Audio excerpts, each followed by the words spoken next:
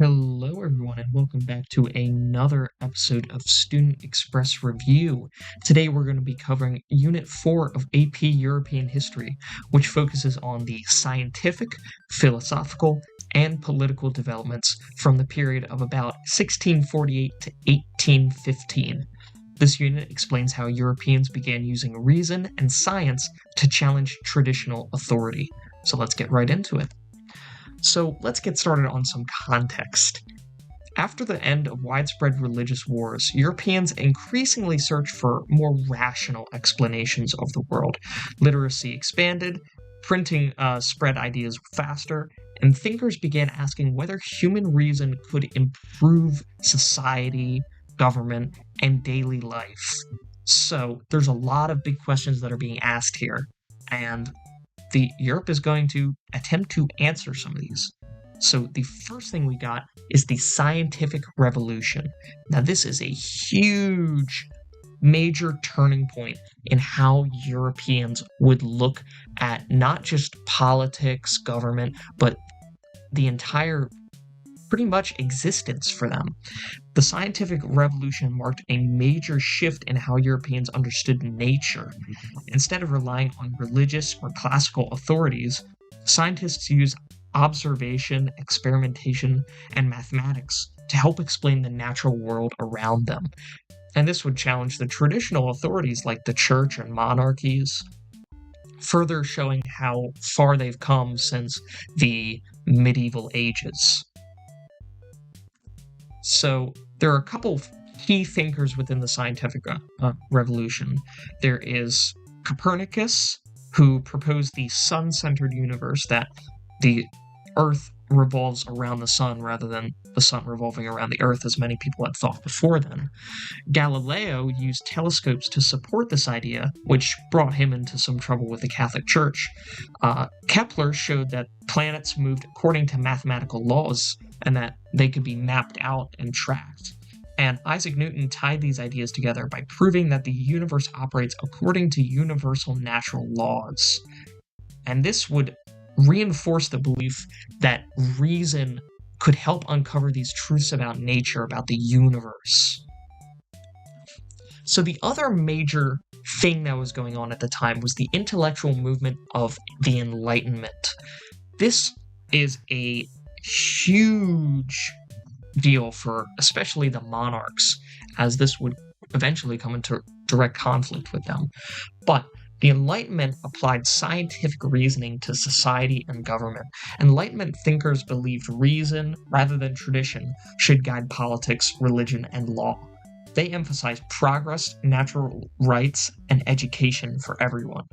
So there were a few key figures called the philosophes, that being Voltaire, Montesquieu, Rousseau, and Diderot. So the philosophes were writers who spread Enlightenment ideas. Voltaire supported religious toleration and free speech. Montesquieu argued for separation of powers. Rousseau believed legitimate governments were based on the general will of the people. And Diderot's encyclopedia helped spread Enlightenment ideas out across Europe. So, there were some major political ideas that came out of the Enlightenment.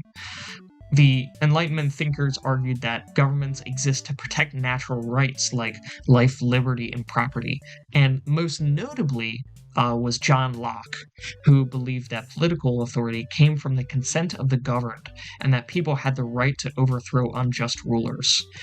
Additionally, there was Adam Smith, who came out of this age, who expanded this idea that would later become capitalism. He argued that free markets and competition led to prosperity through the division of labor, and this all comes from his work, The Wealth of Nations. So, religion also changed quite a bit during this period, or at least how Europeans viewed it. The Enlightenment challenged traditional religious authority. Many thinkers supported deism, the belief that God created the universe but did not intervene in human affairs. So religious toleration thus increased, and faith became more personal and rational, rather than rooted in tradition, say, with the Catholic Church. Another major thing that stemmed out of this was how monarchs adapted to these changing ideas. So out of this came the idea of enlightened absolutism, as absolutism was the predominant governing way of governments before this.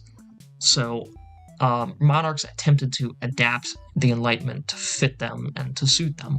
So some monarchs adopted Enlightenment ideas while maintaining absolute power. This system became known as enlightened absolutism. These rulers promoted legal reform and education, but did not allow political participation, as people like John Locke seemed to want. So there were a few key figures who helped promote this. There was Frederick the Great of Prussia, who supported religious toleration and legal reform while he strengthened the military. Over in Russia, Catherine the Great expanded education, but reinforced the noble control over the serfs. Joseph II attempted major reforms, including religious toleration and ending serfdom, but he faced a strong resistance. So these rulers showed the adoption of enlightenment within the absolute monarch's practice of maintaining and consolidating power.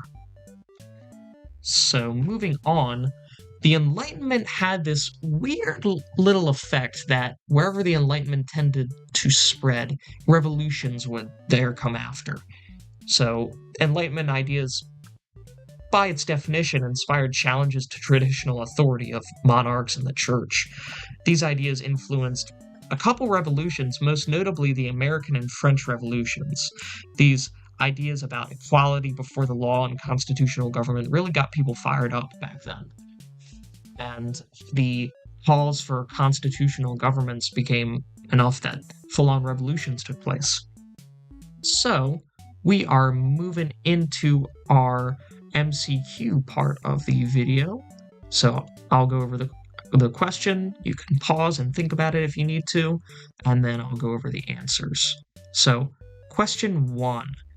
Which of the following best explains the long-term significance of Isaac Newton's work in the late 17th century? Was it A, it reinforced traditional Aristotelian explanations of motion and the cosmos? B, it demonstrated that the universe operated according to discoverable natural laws? Is it C, it weakened confidence in the use of mathematics to explain physical phenomena? Or is it D, it reestablished the Catholic Church as the primary authority on scientific knowledge? Take a second to answer. So the correct answer would be B. So let's go through the incorrect answers first. So starting with A, it reinforced traditional Aristotelian explanations of motion and the cosmos. So this isn't particularly Isaac Newton's work. Isaac Newton wanted to he did create these huge overarching laws that guided all of physics. He didn't care too much about the cosmos, although it does apply. This might be an answer that could trip you up, but we're looking what best explains. So, looking at C next, it weakened confidence in the use of mathematics to explain physical phenomena. This is not quite the opposite of what he did. The creation of laws that describe physics and describe all of the universe doesn't weaken the use of mathematics to explain physical phenomena, it strengthens it. And looking at D, it reestablished the Catholic Church as the primary authority on scientific knowledge. It just didn't do this. The Catholic Church wasn't involved in Isaac Newton's work at all. If anything, it most likely challenged, due to it challenging the authority of the church as a part of this huge scientific enlightenment process. So the correct answer would be B. It demonstrated that the universe operated according to discoverable natural laws. That is the best answer in this case. Moving on to the second MCQ. Which of the following Enlightenment ideas most directly challenge the legitimacy of absolute monarchy? Is it A, the belief that economic growth depended on agricultural production? B, the idea that government authority derived from the consent of the governed? C, the argument that religious toleration strengthened political unity? Or is it D, the concept that social inequality was necessary for stability? I'll give you a second answer. The correct answer would be B. Let's go through them. So starting with A, the belief that economic growth depended on agricultural production.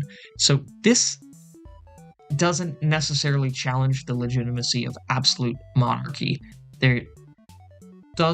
Agricultural production doesn't really relate to government and politics, at least as directly as the other ones do. So this wouldn't be a good answer to put. Looking at C, the argument that religious toleration strengthened political unity. This doesn't directly challenge the legitimacy of absolute monarchy. Talks more about religion, not monarchies. And then looking at D, the concept that social inequality was necessary for stability.